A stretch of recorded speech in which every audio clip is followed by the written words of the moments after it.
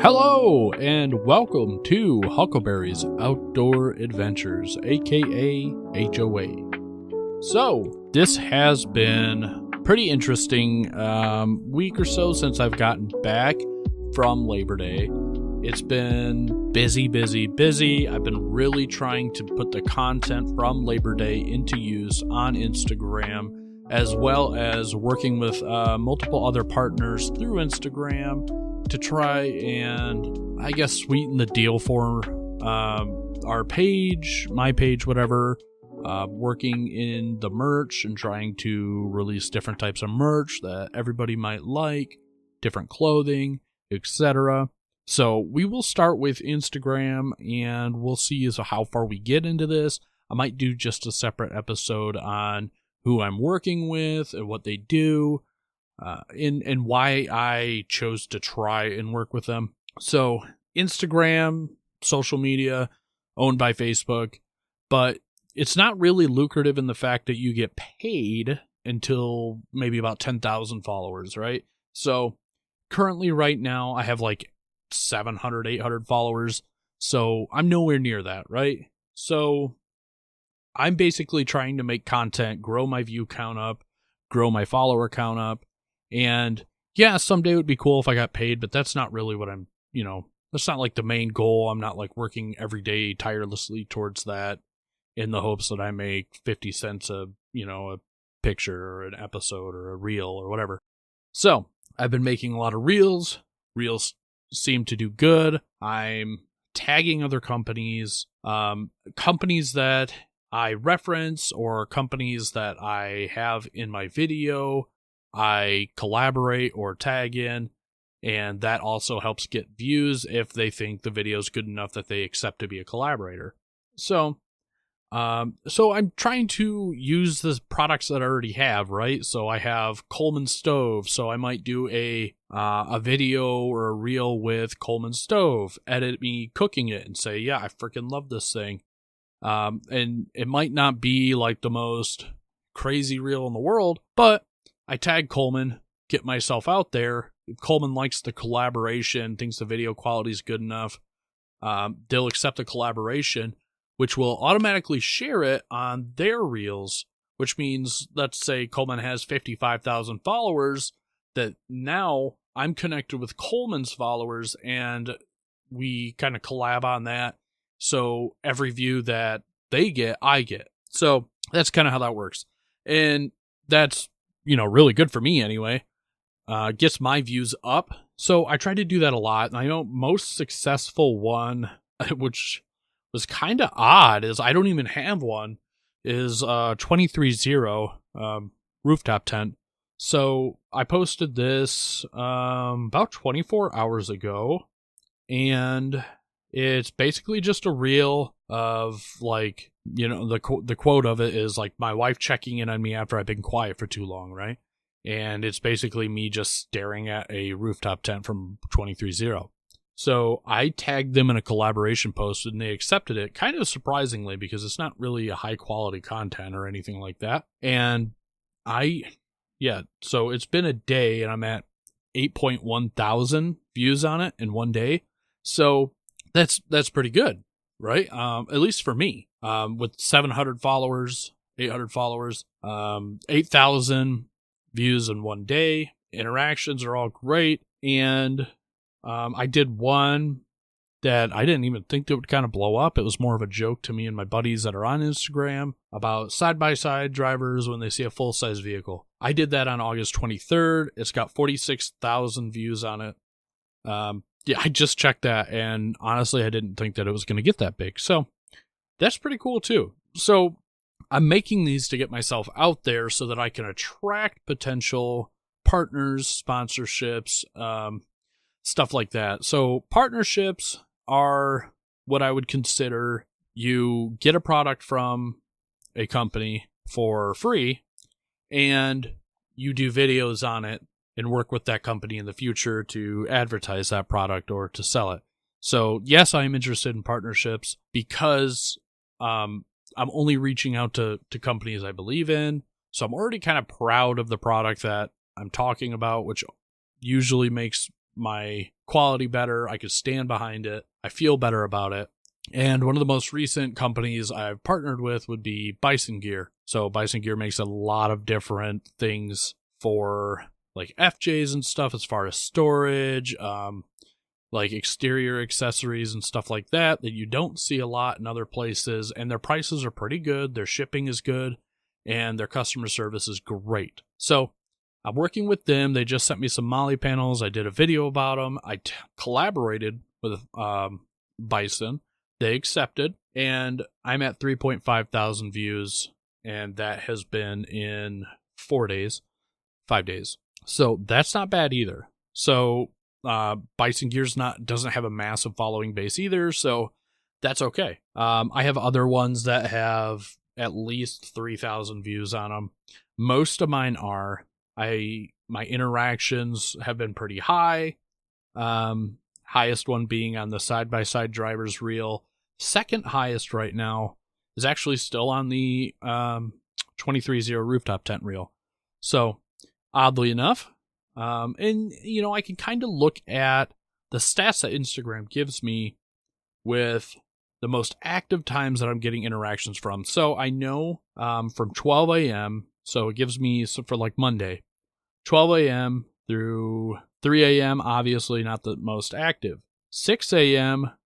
through 6 p.m. is usually my window. So if I want to post something, get it out, doing it just before 6 a.m. or at 6 a.m.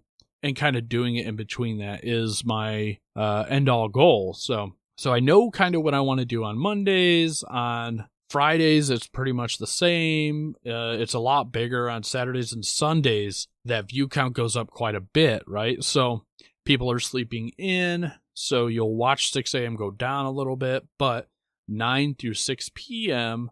on the weekends is kind of that happy honey hole spot. So if I want to try and target more engagement, then I want to try and release reels around that time. So that's kind of what I'm working with. It's not super scientific. It's just kind of like reading the data that's in front of you from your insights and then kind of determining when to post off of that. So, and you don't have to like post constantly. I post pretty constantly, honestly, but you don't have to do that. I just get impatient. I find a good one. I want to post it. I want to see how it does. That's just me. But you can actually space it out and post once a day in peak time, like 9 to 12 p.m. kind of like the most peak, 3 p.m. being another good peak area. And you can just kind of see how it goes. And then you don't have to work at this every single day. You can actually schedule reels out to come out at whatever time that you want. So let's say I get a time frame where I'm not really doing anything. I want to make a few reels. I'll make 5 reels. I'll schedule 2 out today, 2 out tomorrow, 1 the next day to give me a buffer. If I make more, I'll just keep scheduling them, right? So it gives you time to think of something, to find inspiration, to get more content. So that's something I've been doing. And recently I've kind of realized as much as I want to start reviewing my gear and stuff, I don't do that really. So after I filmed the Bison stuff, I kind of looked at what gear I really like using. For instance, my BrewTrek coffee press, the Krups coffee grinder, and the Jet Boil. I got those all 3 in one video, and that video did pretty good. I had to speed everything up because obviously the making of coffee is, it can be long, but making camp coffee can be longer. And the typical engagement window for these videos is usually under 30 seconds. So making minute-long videos doesn't really engage people that much. You usually want really a choppy, really dramatic entrance, something to keep them hooked in. And I knew that video wasn't going to do well in that aspect, but I wanted to get something out to showcase the gear that I'm using, to show people how I'm doing it, what I'm doing with it. And it's not to advertise as much as like it's a dual purpose thing. It's like, hey, I want to show you how I do it. So maybe that can help inspire you to find a way that works for you to do it. But also I'm tagging these people in the post because it doesn't hurt, right? So if they do accept, boom. So like BrewTrek commented on my video and said they love this. cool. That's a bug in their ear. Maybe later we can work together on something, right? So they're a big company. Who knows? So yeah, that's kind of like Instagram. So in everything that I do, primarily everything that I do as far as video editing, I do off of CapCut. I search through the templates. I auto cut a lot. And it's just got probably the best editing of like a mobile phone that you can get. They have the most things on it, most templates. They make some really funny ones. So those tend to get a lot of views on here too. They're kind of a meme style, funny videos that make jokes about this kind of content. So if you look at my Instagram, you'll see a mix. When I don't have a ton of content, I kind of switch over to that meme jokey side to keep things rolling. And then I go back to when I do get content to put that out. That's just kind of how I am individually anyway. I kind of go back and forth. So that's me kind of being me. So if people like that, cool. If they don't, cool. And so CapCut's been really good for that. And then, so something you can do off of CapCut is after you're done editing and you can choose your quality of what you want to edit, you can choose where you want to export it to. I always export to TikTok because you can export to TikTok without a watermark for CapCut. So when I do that, I might as well post it on my TikTok too, right?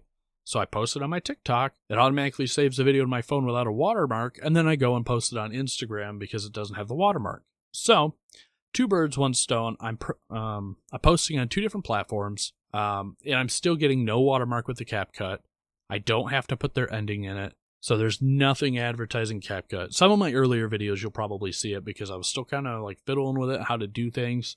But my newer videos should not have that in there. So it's been pretty cool. Just learning how to do this whole process, honestly. New respect. Not that I didn't have it before, but new respect for the people who do this content creation thing full time. I'm not even doing it full time. I do take breaks during the day. I'm not doing it 8 hours straight throughout the day. I am engaging with companies throughout the day. I'm trying to talk to people.